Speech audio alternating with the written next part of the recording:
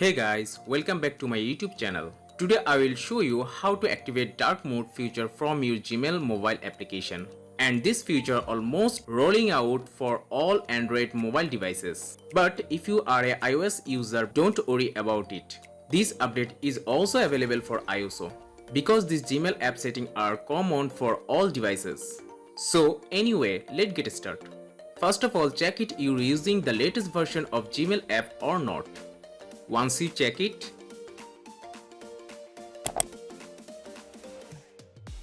just click to open it. Now in this inbox section you can press that horizontal 3 lines icon.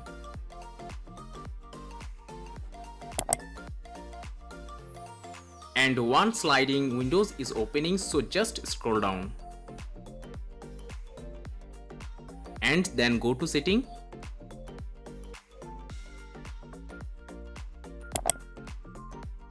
Here it shows my all linked Gmail accounts, but you can go general settings.